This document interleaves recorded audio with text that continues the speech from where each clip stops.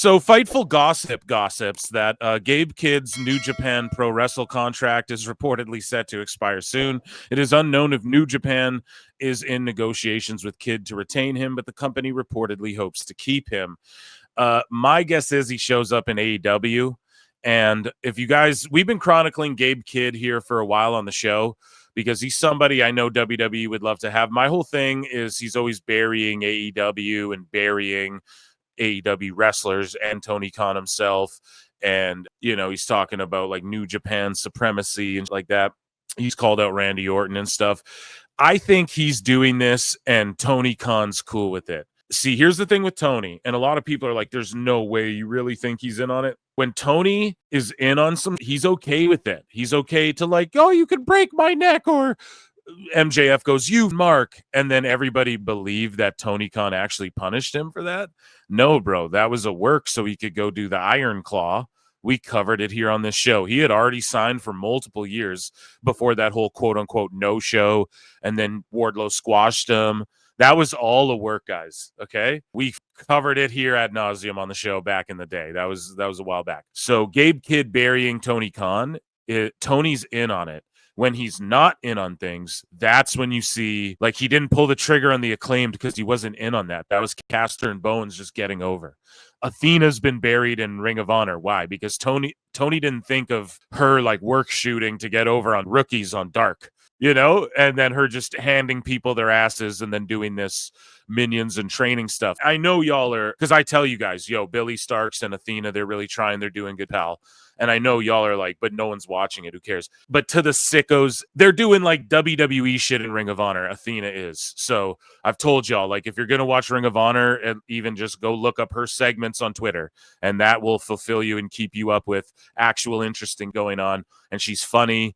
And I don't know. She knows how to get. Athena's a great professional wrestler. She got over in NXT. I feel like she was getting over on the main roster, but Vince just kind of, again, he was flubbing during that era of WWE. We can admit it. In AEW, Tony flubbed it because it wasn't his idea. So anything that's not his idea, he just buries it if it starts getting over. That's why him and Cody butt heads. I truly believe that. That's why Cody had to leave. Like, anything Cody was doing, I think it was probably met with resistance, even though look back to, he did the most memorable in all of AEW.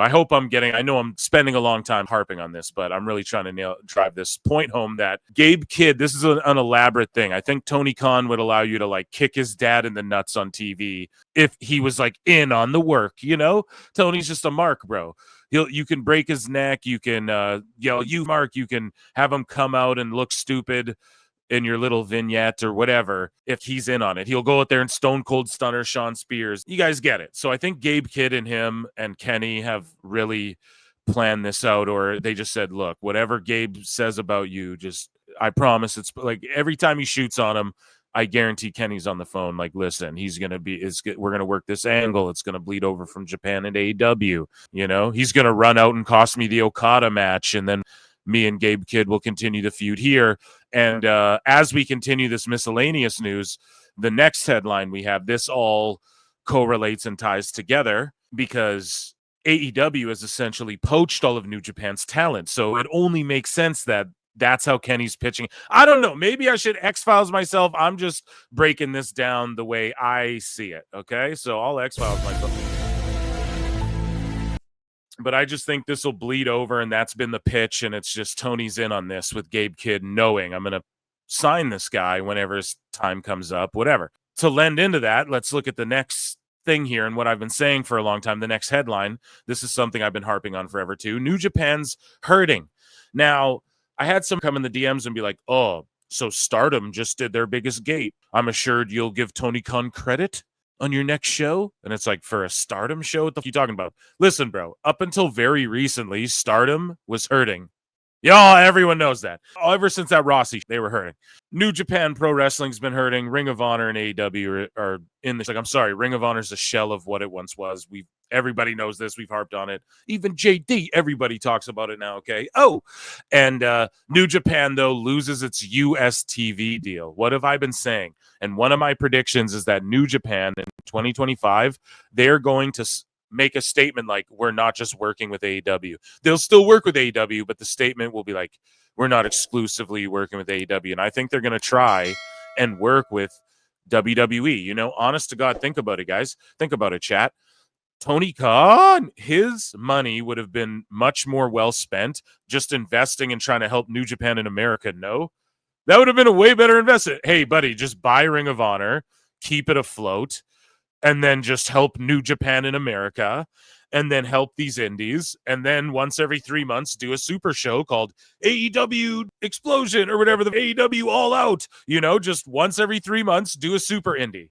And then start a YouTube show or start like a indie TV, whatever and then once a week have highlights from each of these indie shows and call it AEW Dynamite or whatever. And it could be a YouTube show, and then you elevate these goddamn indies. That would have helped so much more, especially with this wrestling boom. Think about what Tony Khan actually supporting these other feds that know what they're doing. And New Japan like teamed up with AEW in hopes that this is going to help their U.S. presence. That was the whole spiel that Meltzer and everyone gave us. They lost their U.S. TV deal now. It's crazy, man. It's embarrassing. And they poached all the talent. So I think Gabe Kidd is next. And it's not poaching. They're just getting paid to like be shells of themselves. And the guys there in New Japan are trying their asses off. Yeah, I'm going to talk more about this with Marie Shadows, but I don't know, dude. This is such an L, and it is reflective of the business they've done with Tony Khan. Now, if New Japan does a bad house or Stardom does a bad house, is that on Tony Khan? No. And if they do a good house, is that on him? No. But these are the things here that I'm critical of. New Japan lost their TV deal. The perception of Stardom it's starting to come back now. It really is. You know, the perception and appeal of Stardom has sort of come around. They haven't had controversy sort of since the Rossi stuff. And, you know, I can admit that. But is it because of Tony? No. Maybe Mina, maybe some of the talent he sends over there. Yeah, helps them. But no, he's not booking them. You know, that comes down to booking. But when it's like, when the whole spiel was, AEW is going to help their U.S. presence, right? And Dave was flexing. They already sold more tickets than their last time and whatever. And then they started selling their lease tickets since the last however many times. And then he just doesn't want to talk about that. And then he talks about CMLL like, they're doing amazing business. And like, that's reflective of Tony Khan. We covered it on the last show. Alvarez is trying to talk about like wrestling ending on cable or whatever on Monday nights. He's like, this is a big deal, man. The only reason we have this show is because Monday Night Wrestling. And then Dave's like, well, what about Mexico? CMLL's big week. Tony Khan, and because he thinks that's somehow reflective of, well, look, I mean, they're partnered with AEW. I'm telling you guys right now, I'm 10 steps ahead of this fool. But anyways, I'm really harping on the New Japan stuff because it's important. It's important, man. The state of it.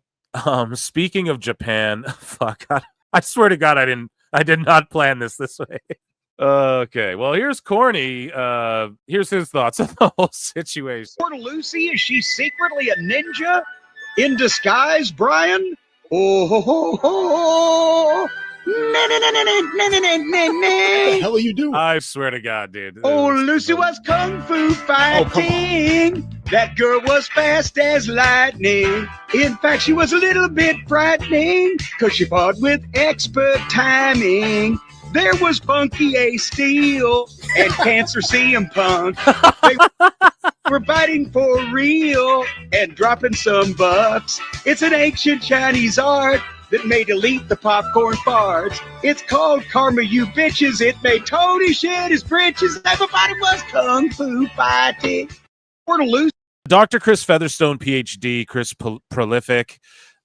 He's getting a lot of hate since he dropped that Ray Phoenix, man. A lot of these sickos are going after him and just hating on everything, and he's like defending himself. Bro, ignore these sickos. You're dropping headlines, and you know they're just coming after you because you're actually on the right side when it comes to this Ray Phoenix stuff. You know what I mean? So just stay doing you. But here's Ric Flair. All the dirt sheets again. They took this guy's headline here. They ran with it. It wasn't even his headline. They just took a quote from his show. And all the dirt sheets that was their whole news the other day. It was Ric Flair could have one more match. Ric Flair says he'll come out of retirement. So Chris Prolific's like, here's the actual quote. Like, he said it jovially. He said it in jest. He said it. Now it's Ric Flair. You know he'd do it if you put him up to it. I saw a video today. He's, doing push-ups and cardio, and he's still going at it harder than most of us. But, here's the actual him saying, I'll come back and have one more match. And the dirt sheets just ran with it. He had a serious conversation with Conrad about it, like, because Conrad would book it. Dude, Like, he was serious come about on it. now, Yeah. Jake. That's not very fair to bring me into this one now, all of a sudden. Oh, come on now, Eric. I haven't seen this video yet, though. Putting on. Yeah. Once Tony found out I was on blood thinners, he wouldn't let me get in the ring. So he just admitted, or not, he just revealed that when Tony Khan found out Flair was on blood thinners, he wouldn't let him get in the ring. So how the f did he not know that before? That was even a possibility. You got one more match in you, man. You got one more match. Yeah, dude. And putting on. Yeah, I don't know. It's like an in-passing thing, and all this like, whoa, Flair's going to come back. And Conrad's like, oh, come on now, Flair. I should be the one to book that. Let me put a Starcade with it. So Kristen Ashley says, for 2024, I gathered stats. Let's read her description here and see. She's a columnist contributor for Official PWI. Okay. And she says, for 2024, I gathered stats to gauge the state of women's wrestling among promotions with weekly TV shows. Now let's take a look at pay-per-views. Percent of total pay-per-view matches belonging to women, percent of total pay-per-view matches time belonging to women. So let's just check it out. Let's check out her charts. So NXT has the most women's wrestling, the most women's match time. WWE main roster has the second most. ROH has the third most, which this is what I'm trying to tell you guys. ROH is just all that Tony's like, well, we just don't have time for on this show. And I'm telling you, like, the most interesting is Billy Starks, Athena, Lexi Nair, who's Big Bill's wife now, I believe. A few other ladies there. Red Velvet Cake. What's her name? Red Velvet, yeah. Yeah. So she, I botch it every time. So she's there. Now, she's not the best wrestler, but she's like a focal point. You know, she's featured there. I think Queen Aminata as well a lot. So I don't know, man. If you like women's wrestling, like Ring of Honor, they might as well just change it to WOH or whatever. TNA has the fourth most with 19.6% or minutes or whatever.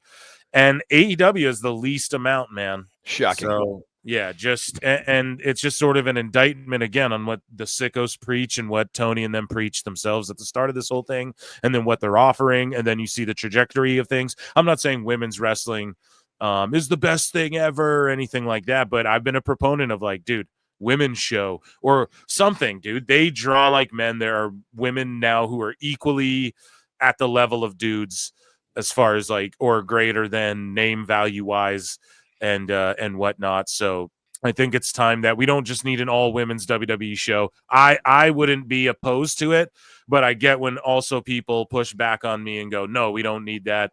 I understand. But all I'm saying is that look at what like NXT and WWE are doing and the business they're doing. And then you look at AEW and how frequently they're featuring women. And I'm not saying shove Monet down our throats more, but like when you have a Camille and then you botch a Camille, and then you see numbers like this, it's like, what the and then what were you saying though? They signed someone that wasn't there a girl off the indies that they signed and then she never even wrestled for them? I think Megan Bain, I think was the rumor. Yeah. That's it. Yeah.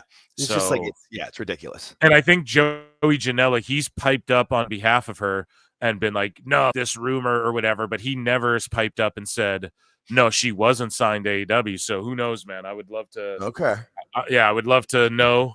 Who knows if that's real or not? But TNA as well. Here's the thing with them featuring less, and this isn't like an excuse or anything, but let's think about this too. They have women like beating the shit out of dudes sometimes and stuff. So I think even that is this just like women matches that feature at least one woman. Okay.